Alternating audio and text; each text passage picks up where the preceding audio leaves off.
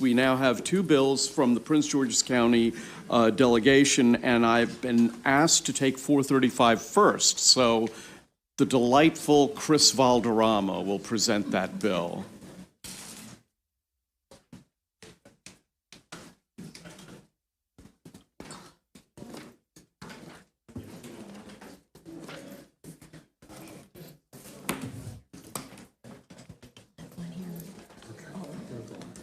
Okay, 435. There we go.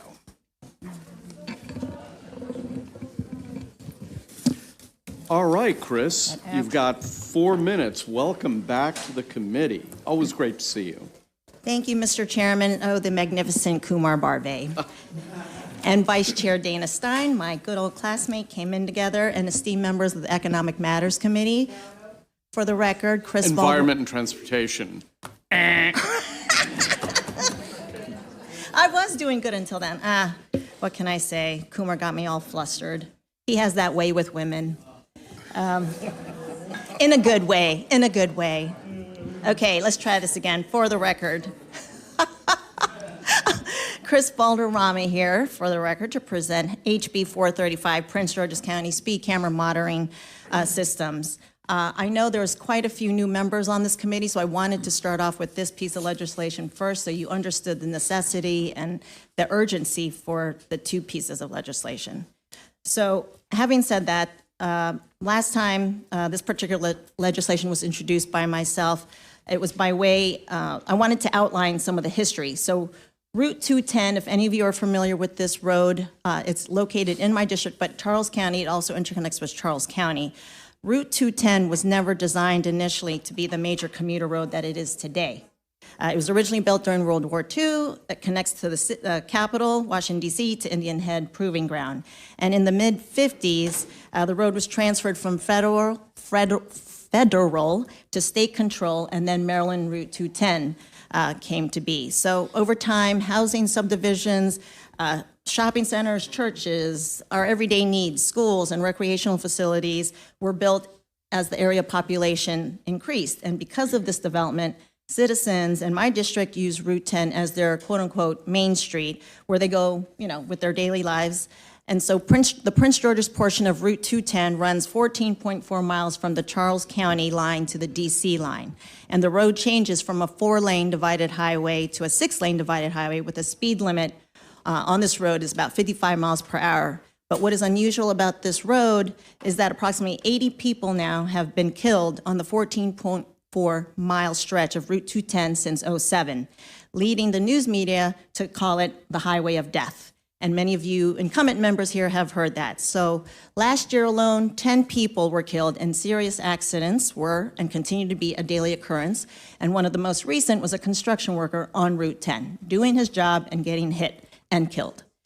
And so all the members here, I'd like you to think about that for a moment and let it really sink in and visualize the hundreds of miles of state roads in our state. And last year's death toll on our Maryland roads, including our major highways like Route 270 and Route 50, was 514 people. By comparison, there were 10 deaths on this short 14.4-mile segment of Route 210. So as you may suspect, besides the unusually high death toll, there are serious speeding issues, which is the whole reason I even brought the initial legislation several years ago. The speeding issue that's endangering the health and lives of more and more law-abiding citizens. In the 7-month period between April and October of 2022, over 600 individual vehicles were clocked going over 90 miles per hour. That is 35 miles an hour over the legal speed limit. And to keep in mind, this is occurring on a 4-lane, 6-lane divided highway with significant local traffic and people just trying to catch the bus, get to the store, what have you. And this isn't even the worst of the speeding problem. One individual was clocked at 165 miles per hour on this road, while others exceeded 110. Why is this occurring? Clearly, there are some irresponsible drivers on the road, but no law enforcement. Why can't they put a stop to this excessive speed? So, as a result of a unique memo of understanding between the Maryland State Police and Prince George's Police Department that was executed back in 2000, Prince George's Police Department has primary responsibility for policing even though it is a state road, though the Maryland State Police routinely patrolled Charles County portion. You explained that to me. So that merely provides backup on the Prince George's portion of the state road. Seeing that I have 5 seconds left, I will jump to say this legislation is simple. It asks for authorization for a total of 10 speed cameras along Prince George's of Route 10. It would grant Prince George's Police the discretion to set up a speed camera every 3 miles of the north and southbound lanes, and it will not mandate the use of all of them at once, although there may be times when it might be helpful to do so. So I have members here with me on the panel. Lots of them are part of the Route 10 210 Safety Committee, and every year, voluntarily, they commemorate or memorialize those who have died along Route 210, and each year the number of deaths are unknown. So what we do know is that all these deaths are unnecessary, and I'm here before you to plead for a favorable report on House Bill 435. Okay, who would like to go next? Please give us your name and then proceed. We'll go with Major first. Go ahead, Major. Chairman Barvey and delegates, I am Ron Weiss. I'm a member of the Maryland 210 Traffic Safety Committee and a frequent user of Maryland 210. I urge your favorable report for HB 435. Thanks to Delegate Valderrama and this committee, we have 3 speed cameras on 210, and they have been effective in slowing most drivers down. Speed camera citations showed a dramatic drop after they started operation as responsible drivers get the message to slow down. Of the 8.5 million vehicles counted by the cameras from April through November 2022, 21,403 of them were subject to citation. That means only 1/4% of the traffic was driving at 12 miles an hour or more over the 55-mile-an-hour speed limit at the cameras. But the halo effect of the cameras is limited. Drivers know where the cameras are located, and they slow down to avoid a citation. With 3 cameras spread over the 13 southbound miles and 13 northbound miles below the Beltway, 10 people have died on that road. So it's clearly insufficient. While most people slow down, as Delegate Valderrama indicated, irresponsible drivers do not.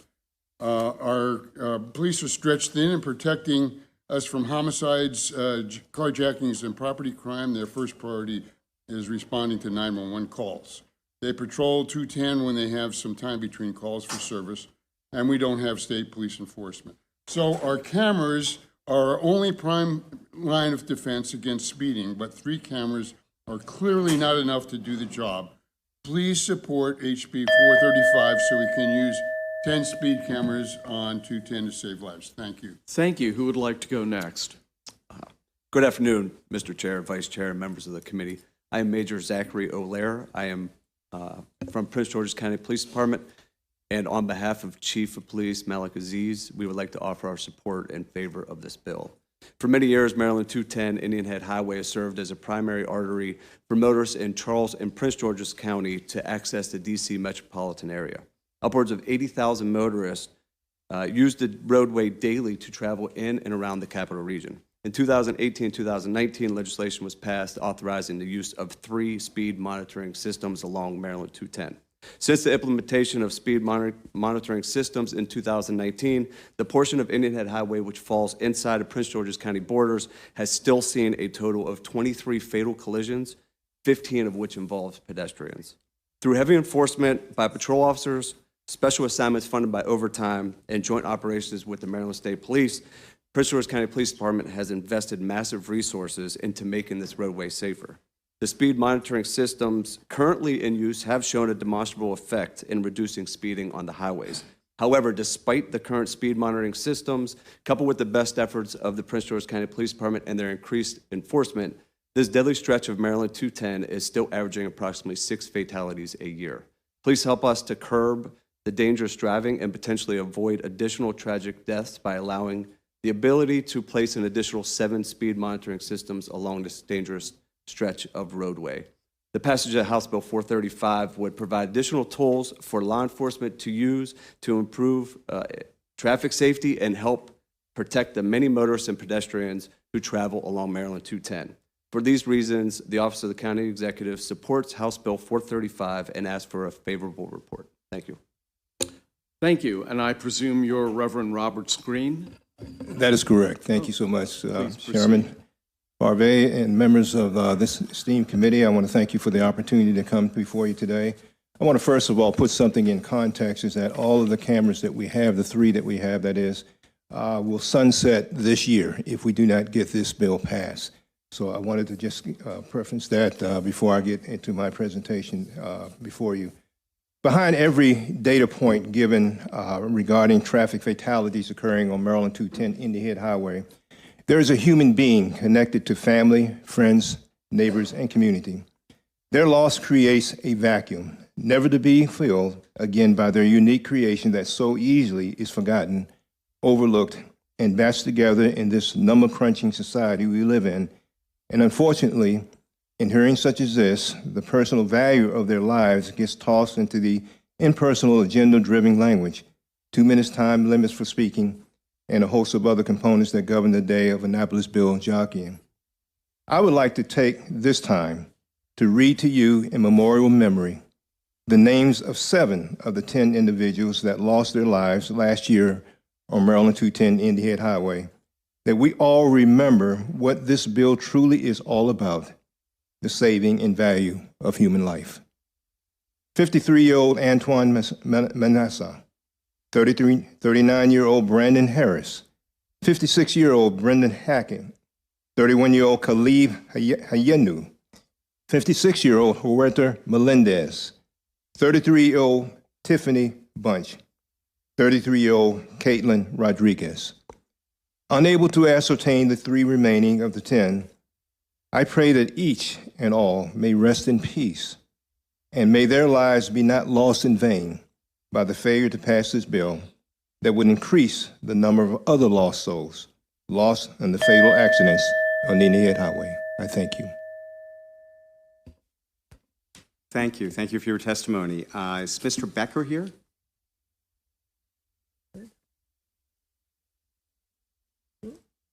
Oh, virtual. Okay. I am here. Great. You have 2 minutes. Thank you.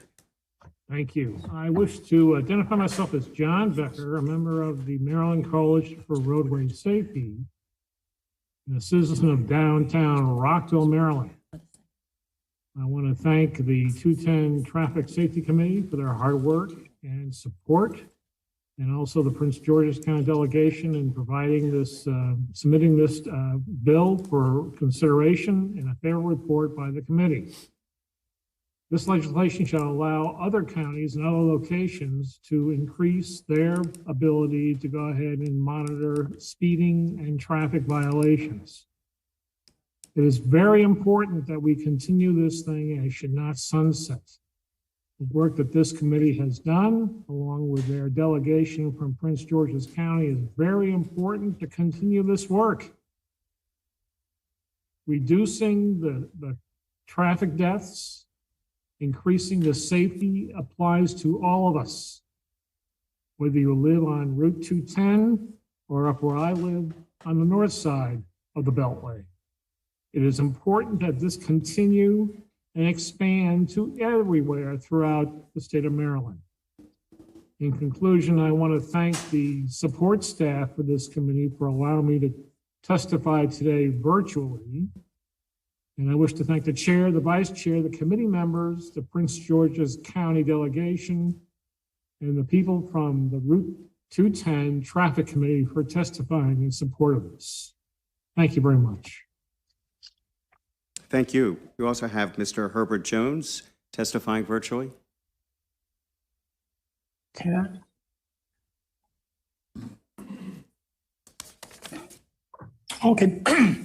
Mr. Chairman, committee members, ladies and gentlemen, good afternoon. My name is Herbert Jones. I'm president of the Italian North Area Civic Association. Our association, our association represents over 500 homeowners and residents. we wholeheartedly support HB 435. I'd like to thank the 210 Task Force, Delegate Ramos, and others who have continued in the advocacy for the safety of the residents and motorists that use 210. We feel and we hope that the committee reports out positively on this bill. We believe this bill represents the public interest and the public good and adds to the overall quality of life of the residents in our area. Thank you very much, Mr. Chairman, for your leadership. That completes my comments. Thank you. We also have Tamara Brown, virtual.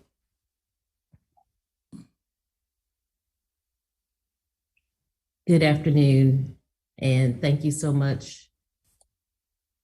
Okay, there we go. Good afternoon, and thank you so much to the chairman and members of the Environment and Transportation Committee. I'm Tamara Davis Brown, a resident of Clinton, Maryland. Okay, can you hear me? Yes. Okay, I want to personally thank my Delegate Chris Valderrama, for bringing this bill. I also am a member of the Maryland 210 Traffic Safety Committee. And as my fellow members who are present with you have spoken, just wanted to reiterate, bring out just 2 additional points. Again, without today's legislation, the 3 current traffic cameras that we have on 210 will sunset in September of this year. So that's the first important reason, but you may wonder why we want so many additional cameras. At a certain point on 210, there are no traffic lights where drivers have to actually stop. And it has been a perfect place for drag racing. And in fact, in 2008, people were literally drag racing along 210, and people would come out, sit along the side of the road to watch the show, to watch the exact drag race. Well, unfortunately, in 2008, one driver lost control and killed 8 of those onlookers. And so that particular stretch is just straight highway. And so we really need to we need more cameras. The 10 are necessary because we need more cameras to cover that straightway of roadway and to prevent something like drag racing occurring again. And that's the reason that we request the additional cameras. So thank you for your consideration, and we would like for you to vote this bill favorably out of your committee. Thank you very much. We do have a few questions for the proponents. First goes to Delegate Holmes. Thank you, Mr. Chair. I just wanted to ask a question. The fines that are assessed as related to these speed cameras are going to be utilized a little bit differently than what most fines for speed cameras are used for. Isn't that so?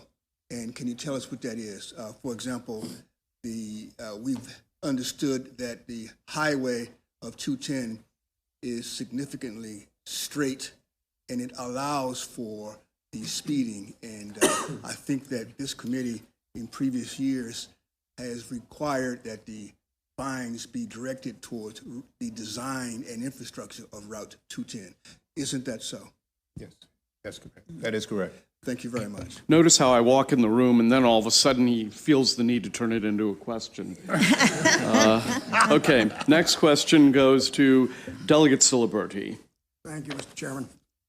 Just a point of reference. You had mentioned, and it's perhaps minutia, an automobile that was clocked at 165 miles an hour. You happen to know the make and model of that car? I think the Reverend does. I'm not quite sure. I thought the same thing. Well, actually, the speed was 168 miles an hour. And, sorry about that. Yeah, well, that's okay. And that was not just a freak occurrence. In the month of April, that occurred. In the month of June, May and June, they were like 161, 162 is high speeds. That is not unusual. 140 and above is not unusual. It's a part of the makeup and the culture of the reasons why we're here, to try to get these cameras, more of them in the higher speeds. but would you happen to know the make and model of that 165 rocket? I would say it was called the Blur. All right. Delegate Lehman.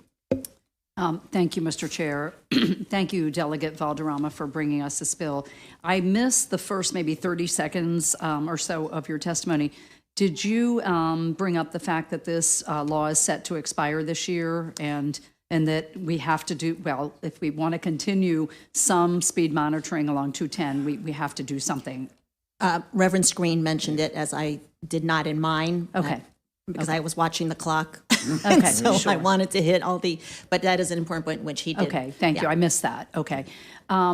So my other question is, with the three cameras now and looking forward, if we approve 3 again or 5 or 10, do these cameras get moved around periodically? Are they in the same place? Do we need to allow for them to be moved? What is the policy now? So for the new members' sake, history will show that my second time coming before this esteemed committee, I asked for 3 roving cameras just so that these offenders wouldn't know where they were.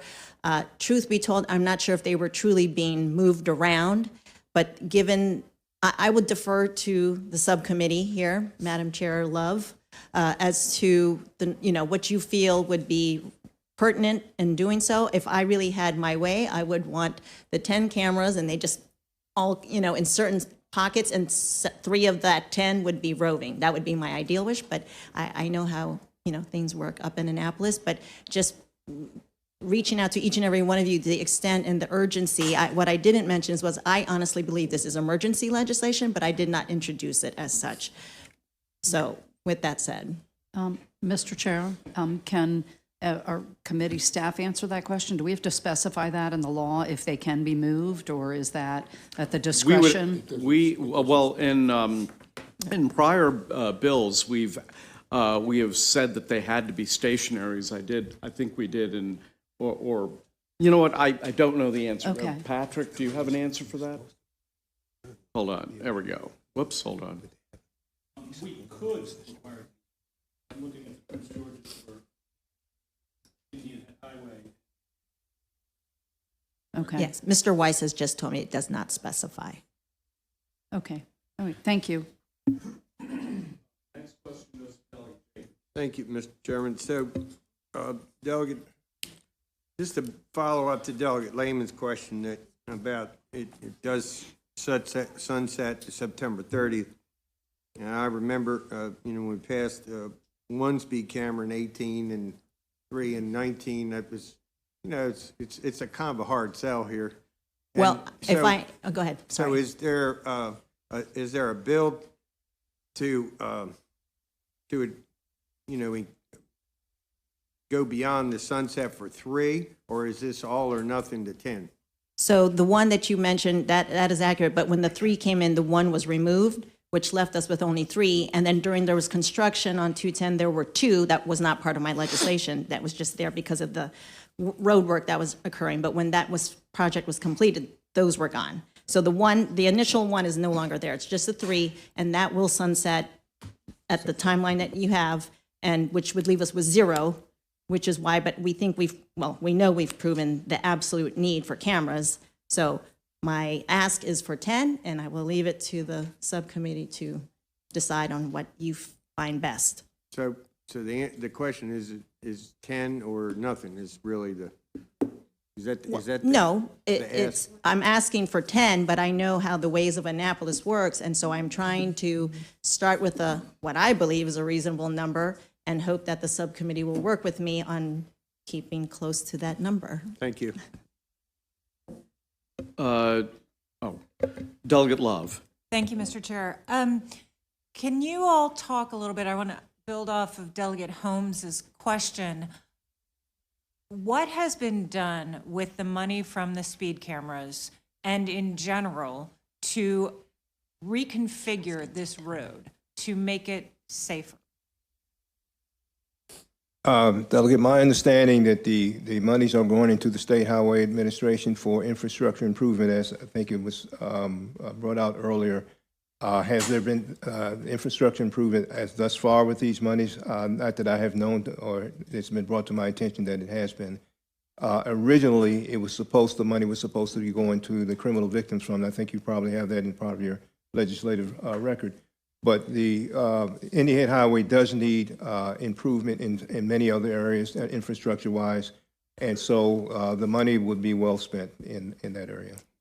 So has anything been done to reconfigure the infrastructure of that road? Yes. Go ahead. Okay, if I could answer that. Yes, the road hasn't been straightened, but we have received much better lighting, much better pavement marking. They've narrowed the areas leading to intersections to slow people down, to avoid them using the shoulders to jump around backed up traffic. State Highway has done a lot to improve 210. Whether they've used this money or not, I don't know, but we have seen significant improvements of 210 infrastructure. Okay, so SHA has done some work on the infrastructure. Yes, ma'am. Yes. Okay, so then my next question is, have there been considerations of other things, someone mentioned stoplights, other ways to calm traffic down in addition to just asking for more cameras? Well, I know that our state highway engineer is actively studying that. They don't have a recommendation yet, but they've talked about things like pedestrian overpasses, for example, because many of our, as Reverend Scream mentioned, many of our fatalities are pedestrians, and it's just not a good, safe place for pedestrians to be on. Right, it just sounds like there's a real structural problem with this road, and increasing cameras is one approach to it, but it sounds like there also needs to be some serious infrastructure work on this road to calm the traffic. So that's what I'm trying to understand more. If I may respond to something, I think this in the ballpark of where you're going with your question.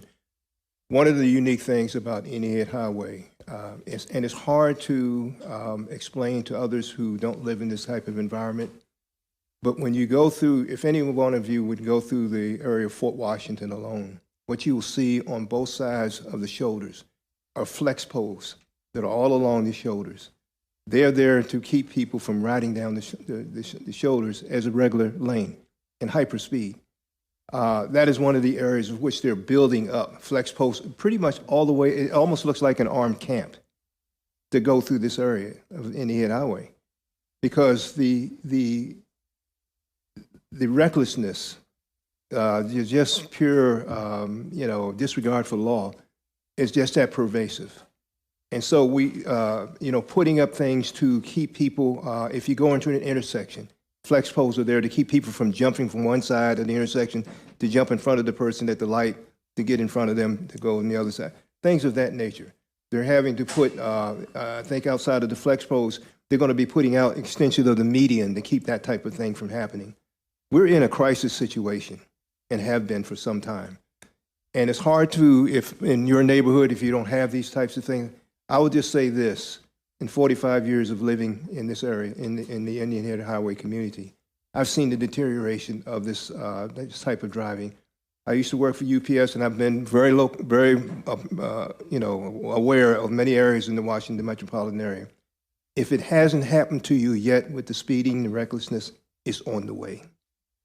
No, I hear you. I just, I'm hoping to take that SHA is taking this seriously and addressing it on a multi-pronged way, because it sounds like there's a lot of work that needs to be done to make this safer. They have changed an intersection to an interchange, for example, and there are plans to do additional ones. Okay, thank you. Thank you, Mr. Chair. Vice Chair has a question. Thank you, Mr. Chairman. Delegate and proponents want to make sure I've got the highway distance information correct. I think someone mentioned 14.4 miles. That's the length? 14.4 north and south, so total 28 north and southbound. So total of 28.8 miles of the highway in Prince George's County. Yes. Okay. But that's Well, north and southbound. yeah, But north it's only and south. 14.4 is the length of the span, the entire span. All of this is happening in 14.4 Okay. miles. Great, thank you. There's a median between the north and southbound lanes, correct? It's a Yes. pretty Correct. wide median, too, so it's Yes. like two one-way roads, in a way. Yes. Yes. We've got Delegate Baker has a question. Thank you, Mr. Chair. Thank you all for presenting the bill and the information. The testimony is quite touching. In addition to the speed cameras, has there any consideration been placed on putting big neon blinking lights at the start of the speed cameras stating 14 miles of speed cameras, also having them in the middle, 7 miles in? I'm not familiar with the highway. May not be possible. I don't know the congestion along there. But I think if it's about saving lives, Yes. about getting your citizens to slow down, in addition to the speed cameras, they need more than just a little sign That's right. stating speed cameras ahead. So, Well, quite frankly, the question was asked about monies going into the infrastructure. That is one of the areas that State Highway has put it in a couple of areas. They need more, unfortunately. We do need more. But in the area where I live in Akakeek, the blinking lights are there, and actually approaching to Akakeek, coming out of Fort Washington, there's another set. But we do need more of those type of blinking lights. I mean, I know when I travel out in the rural areas, Yes. I see big flashing lights. It gets my attention. Right. And I think that would be an important addition, rather than just trying to fine everybody for going down the highway. Ultimately, you want people to follow the laws and drive the speed limits. I welcome that suggestion. Thank you, dear. Any further questions for the witness? Oh, only people are in favor of the bill. There's no opponents. Okay, that ends the public hearing on House Bill 435. Let's proceed now to House Bill 411. Delegate Valderrama. Thank you. Mr. Chairman, esteemed members, once again, Chris Valderrama here, now to present House Bill 431, which really is interconnected with 435. It's regarding the speed monitoring systems on 210 penalties.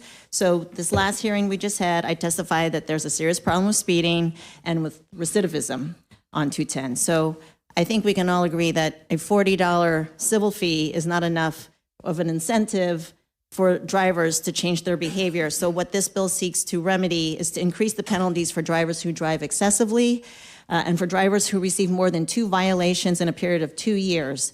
I would like you to keep in mind that Route 10, again, is six lane and sometimes 4-lane highway, which travels through a densely populated area.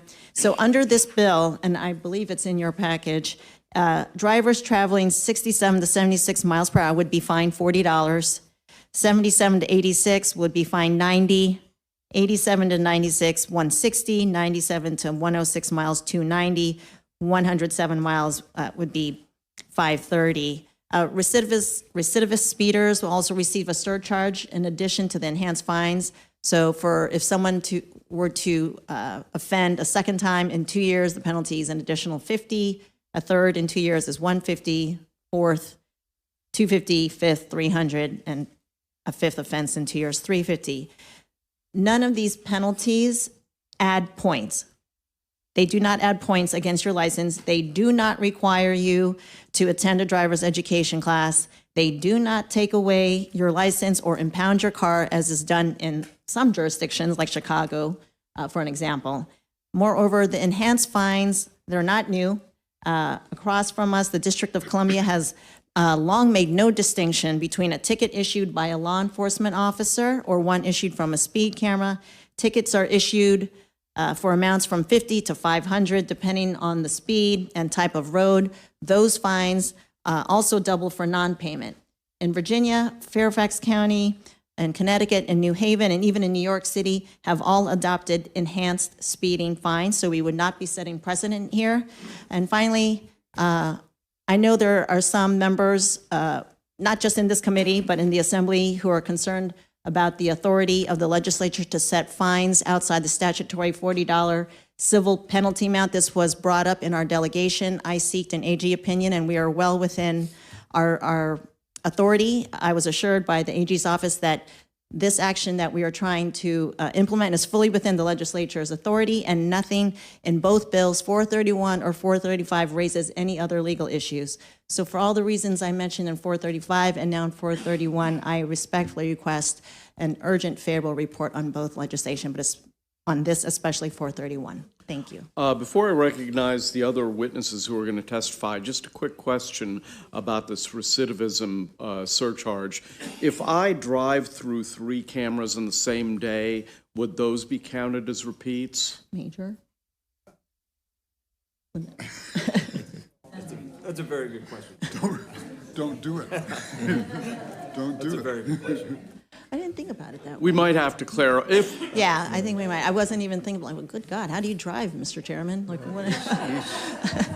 I just have a fantastic imagination. Yes. Don't do it. No, No, but in all seriousness, we would have to look into how that would. Well, would it be your intention to do that? Let me ask it that way. Well, my intention wasn't even thinking in that realm. I was really. Give it some thought, Yeah. because, anyway. No, absolutely. Yep, all right. Who'd like to go next? Somebody go. Okay. Go ahead, sir. Good afternoon, Mr. Chair, Vice Chair, and committee. I'll spare the 2 minutes of covering the same stuff. I just want to reiterate, this 14-mile stretch of highway is still experiencing approximately 6 fatalities a year.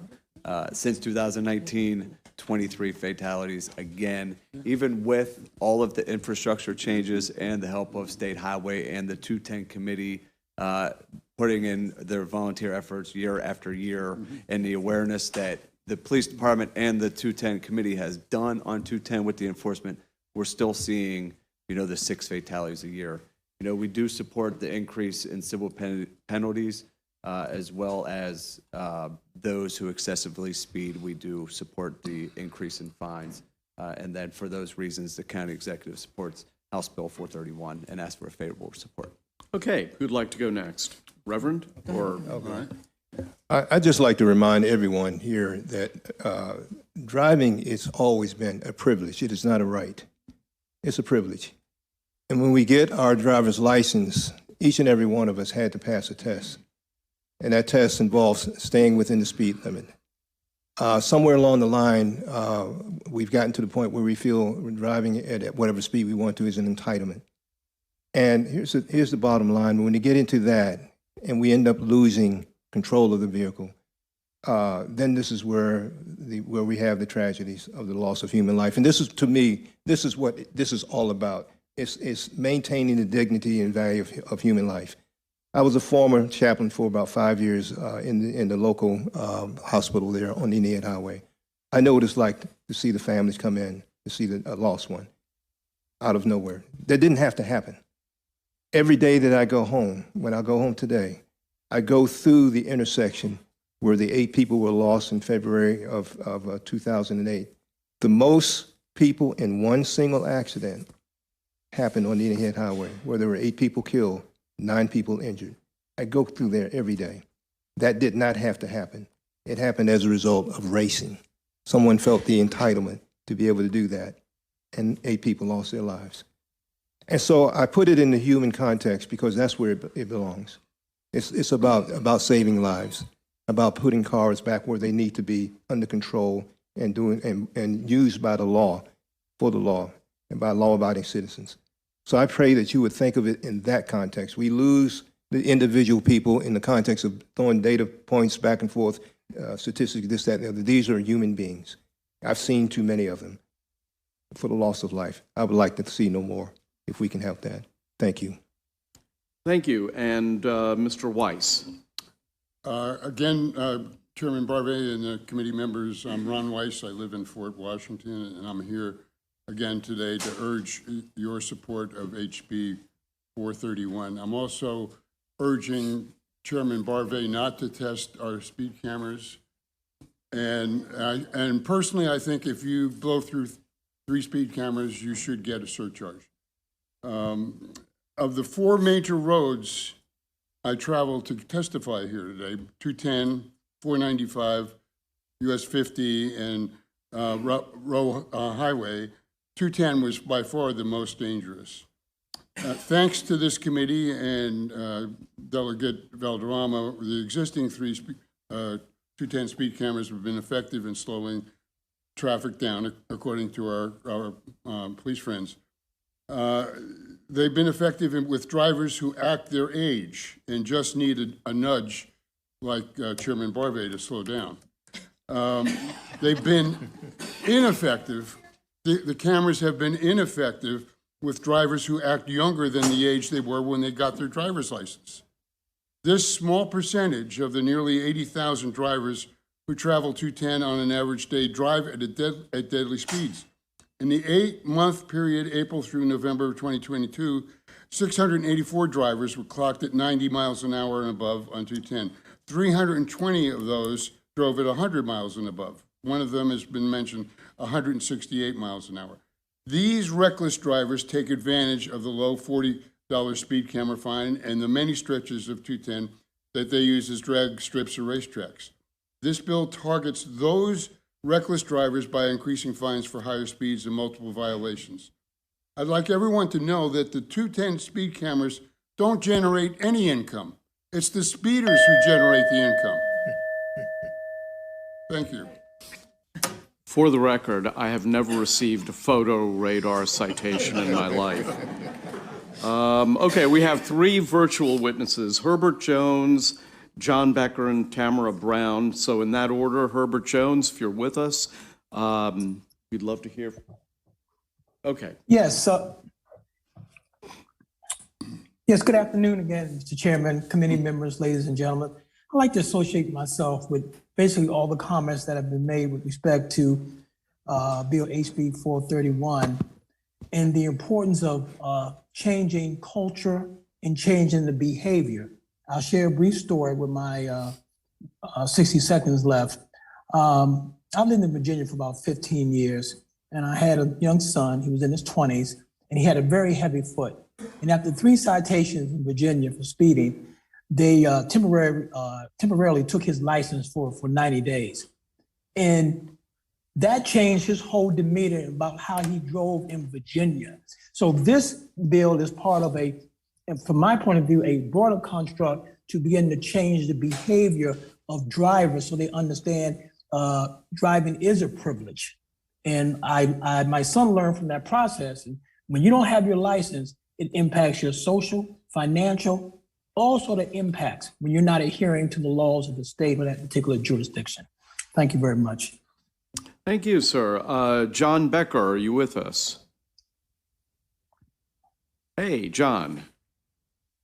Thank you, Chairman. Let me make a brief statement here. My name is John Becker. I live in Rockville, Maryland, in beautiful downtown Rockville, Maryland. And although I'm on the north side of the Beltway, I support the efforts of the Prince George's County community and the delegates and the Route 210 committee also in their efforts on this bill. And let me say a couple of things here as far as it is time to do the right thing. It is time to provide a favorable report on this bill so we can go ahead and create a safe environment for these people who live in this area to be able to go into their cars, travel down the road, and not get killed.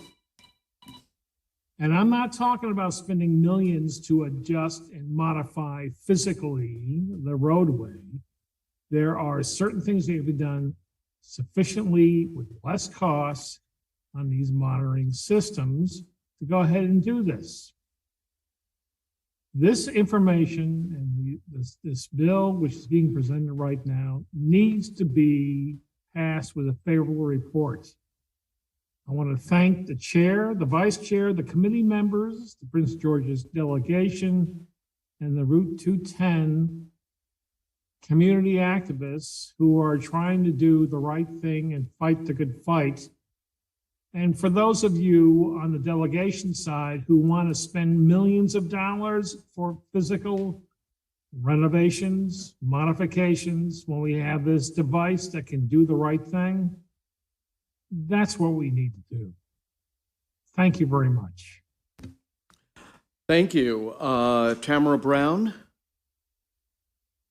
Thank you again, Chairman, and to the members of the Environment and Transportation Committee. Again, for the record, I'm Tamara Davis Brown of Clinton, Maryland, and a member of the 210 Maryland Transportation Committee. In light of the unseasonably warm weather that we're having here in Maryland, just wanted to point out that I'm hearing some motorcycles, I'm hearing some other things along my roadway of Winbrook, which happens to be an arterial road between Maryland 223 and another local Maryland road. And so if I'm hearing that here, I know that on 210, we're also going to be hearing some motorcycles along 210 as well. And as I testified previously, 210 not only has that straight flat road that can entice people to want to speed and drag race. What's also unique about 210 is that because it's a northwest corridor, people traverse 210 on the east side. Most of the establishment are residential, and on the west side it's commercial. And so one of the reasons that we have such high pedestrian fatality and bicycle fatalities are people literally trying to get from their home to the local grocery store, the dry cleaners, wherever they are doing their commercial activity. And so in order to prevent and make drivers aware and know that we're serious about the lives of people trying to just do some ordinary things that we do in our community, we think that hitting them in their pocketbook will get more attention and stop the recidivism that we have here. So once again, I encourage you to vote favorably for this bill and its companion bill. And as we said, the funds used will help to make some improvements along 210. So thank you very much. Thank you. Are there any questions for the sponsor or any of the witnesses who've testified? Okay, seeing none. Oh, wait, we have a Delegate Baker. Yes, thank you, Mr. Chair. Again, thank you for presenting this important bill. I do have a question for the officer. Based on the speeds and the fines that are being proposed, what would those fines be if your officer was to pull someone over for speeds such as these? I'm not really sure of the specific. I haven't been in a patrol capacity for quite some time, so I'm not. Would it be possible to get some information? I could answer for you. We based that structure on the manual that officers use when they do a traffic stop. We took those numbers and we moved them over. So the officers would have a range of fines to those amounts based on those speeds? We use those same numbers that in their fine book that's published by the court system. I would be able to provide those. I'd like to see that, please. Yes, sir. Thank you. All right, there appear to be no further questions. Thank you very much. That concludes the public Thank you, hearing Mr. on Chairman, House Mr. Bill Vice Chairman. 431. We will proceed to House